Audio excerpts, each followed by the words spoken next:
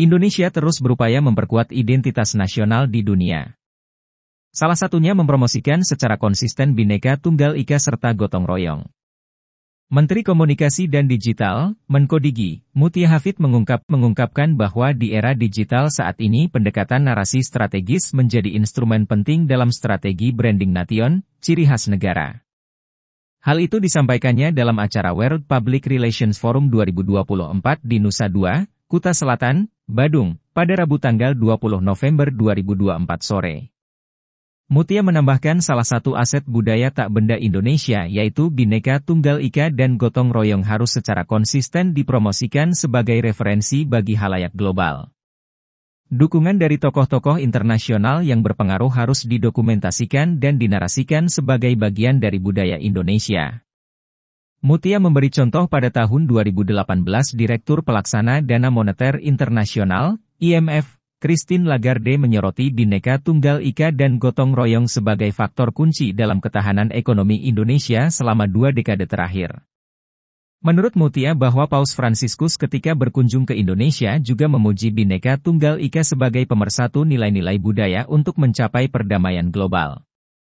Menyadari kekuatan platform digital, Indonesia memanfaatkan teknologi dan media sosial untuk memperkuat citranya. Hal ini termasuk memanfaatkan kecerdasan buatan atau artificial intelligence alias AI untuk menciptakan dan menyebarluaskan beragam konten budaya seperti seni, musik, dan praktik tradisi, melalui platform yang dipersonalisasi.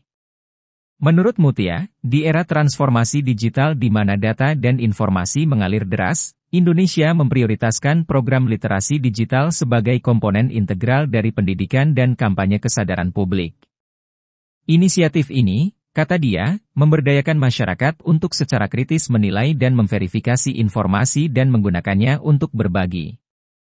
Platform media sosial secara aktif didorong untuk memantau penyebaran informasi yang salah dengan mengidentifikasi dan menghapus konten berbahaya sambil memastikan transparansi dalam sumber-sumber baru untuk menegakkan integritas informasi. Kecerdasan buatan dan analisis data besar digunakan untuk mengumpulkan dan memantau jutaan konten negatif secara real-time, sehingga memungkinkan tanggapan pemerintah yang cepat dan akurat.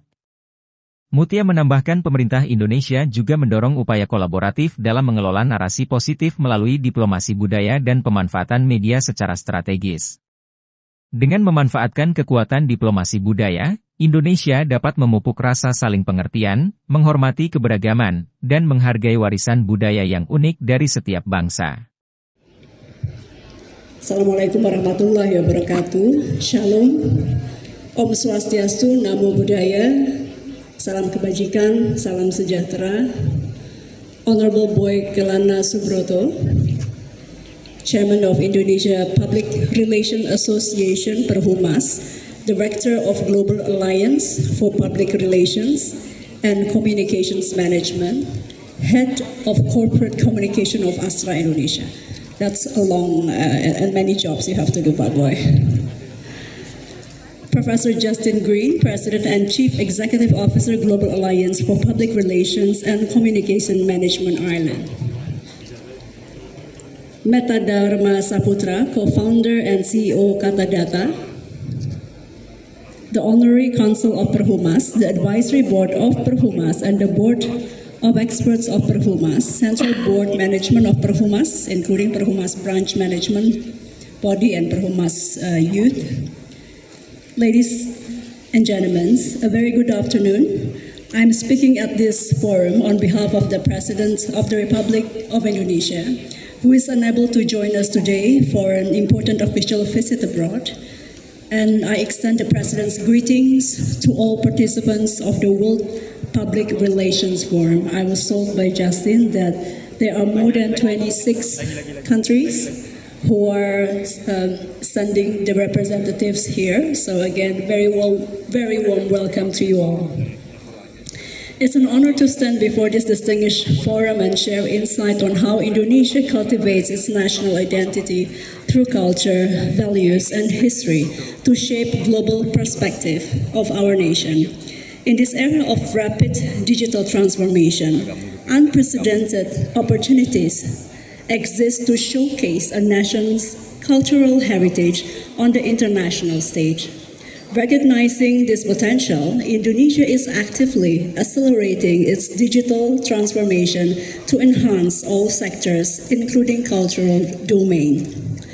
Indonesia's cultural heritage is remarkably rich and diverse.